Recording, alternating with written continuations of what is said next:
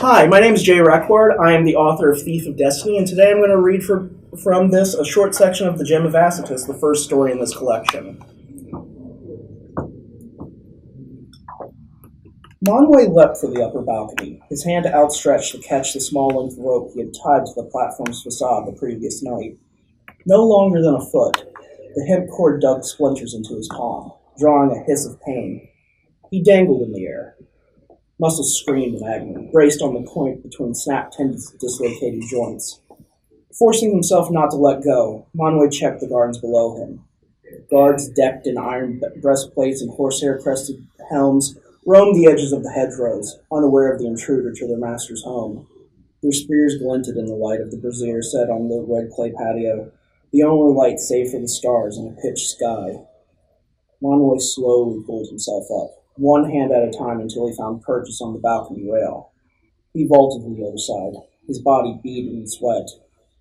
Through the arched doorway, a lavish bedroom waited, its cool shadows calling him to leave the balmy warmth of the summer night. He slipped inside the house, crouched, and allowed his eyes to adjust to the deeper darkness. A young woman slept naked on the wide bed, her white body swaddled in thin sheets of silk. Ringlets of black hair framed her supple breasts. He paid her little attention as he passed by, drawing a small pick from the linen cloth tied around his waist. Monway squatted in front of the chest on the far wall on the other side of the bedroom, prodding the lock near its hinge. Two tumbles clicked in unison. Taking a small file, he inserted it into the key slot and slowly turned it. The lock opened with a sharp pop. Monway lifted the lid, and there it sat, the Gem of Acitus. An emerald worn by some of history's greatest conquerors, its green facets sparkled with the promise of wealth. Cushioned on a large pillow of red satin, it was the only thing in the chest, the immediate sign of a trap. He eyed a line of sharp iron running along the inside of the lid to a wire near the chest's hinge that stretched down the side and underneath the pillow. If he lifted the gem, he knew the lid would snap down and take his hand. Is it worth it? Monway spun to one of the room's corners, where the darkness was deepest. The girl had sat up in bed.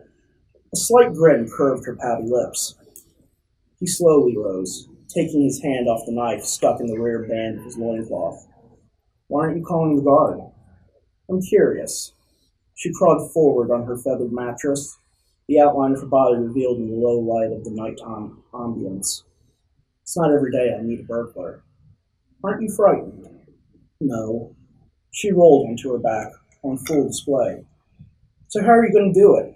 How are you going to get past the trap? How indeed. Monway looked around the room and spotted a strange wooden pole near the door. 3 pieces of ivory tusk stuck out of the top like a crown, and on one of these horns hung a delicate cloak of green silk. What's that? That? Some odd ornament some tribal elder gave my father in tribute. We didn't know what to do with it until I hung a cloak on it one day. They're now all the craze in Douglas. Waste of good tusks. He retrieved the strange piece of furniture. Rolling its heavy weight in both of his hands, he walked back to the chest. It's a waste of good ebony, too. Why is that, she asked. You'll see.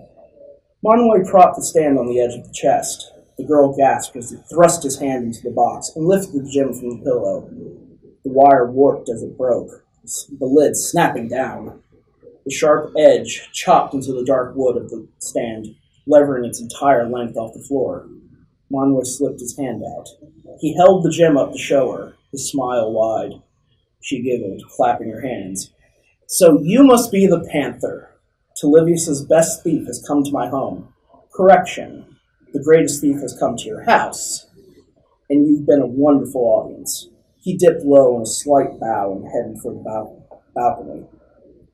Wait, she called after him. Monway stopped in the doorway. The tip of her tongue probed the edge of her lips, and dark green eyes gleamed in lust. Is that all you're going to take, she asked.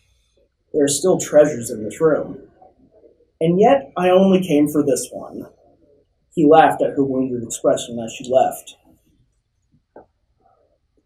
Monway sat on the wide branch of the jackberry tree, his back pressed against its massive gray trunk.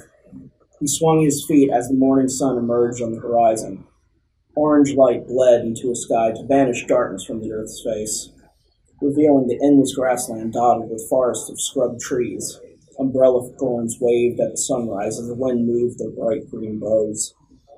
The way the trees swayed, the brush of the air against his bare chest, the song of the birds. The savannah was his piece of the goddess, a treasure beyond anything he could ever steal. The outline of Tolivius, the city the Gypians had built long ago when they conquered his people, also sat on that same horizon. The only piece of civilization for miles. The sight of the metropolis was the lone damper of his joy. He looked down at the gem in his lap. One day, one bubble at a time, that city wouldn't be there. Out of the corner of his eye rose a line of dust in the distance, a rider charging through en route to Monway's tree, tall and handsome, his linen tunic buffing against his wiry frame as he dug his heels into the side of his dappled mare. Drawing up to the jackberry tree, he slid off the saddle and let the beast carry off into the grass. "Do you have it?" the man called from the ground, his eyes brown and bright. "What's the passphrase?" "Oh, come on, Way," the rider said, hands on his hips. "You know me. And you know we are supposed to say a passphrase before the start of all business." Fine. Hippo. Monway gave him a wink. "Get up here, Toba. I have it." "You actually have Asatus's gem." Toba scurried up the tree, finding the natural handholds in the ridges and bark. He climbed onto the same branch as Monway and sat in front of him. "Let me see." Monway held up the gem to let the sunlight glitter in its facets, refracting verdant beams that dappled the space between them. Toba gasped in amazement. "May I?" "Of course." Monway placed it in the center of his palm. "You're going to fence it after all, and the gold I shall get," he said, then rised. Closed his fingers around the gem. Did you run into any trouble?" "Nothing worth mentioning." "And there were no other problems?" "Nothing." Monway eyed him warily. "Why? What have you heard?" Toba shook his head and stuck the gem into his shirt. "Nothing at all. I just imagined this job would be harder than it was." "So how much gold do you think you can get?" "For the gem of Asatus?" Toba grinned and glanced towards Livius, now gleaming white as the morning struck its high walls and thin towers. "You'd probably get 5,000 drachmae for it. Sure, the guy you stole it from will have his men out looking for it, but the buyer was adamant. Make sure 3/4 goes to your brother first. We'll split the rest." "Are you sure you don't want a bigger cut?" Monway sniffed and leaned forward. "No. Spears and shields for the people. Pleasure second." "You know he wants to meet you," Toba said. "Kosi tells his men and women about the Panther. He's building a legend. Then it is better that we don't meet at all. The less he knows, the safer I am, and the less I know, the safer the cause." Fine. Keep your secrets." The two sat in silence. The wind roared as it swept over the savannah. A herd of blue wildebeest emerged from the grove below and ambled off slowly in the direction of a nearby pond. The smaller ones charged ahead of the adults, while the older ones, their heads hung low under the weight of their large black horns, sauntered behind. "I should go," said Toba. He held up his hand to Monway, the fingers spread apart. Monway took hold, his fingers laced with his lover's. Toba never returned with their payment. Thank you. Once again, I'm Jay Requard. My book is Thief of Destiny by Falstaff Books. You can find it at Amazon, Kobo, Nook, anywhere ebooks and print books are sold. Thank you.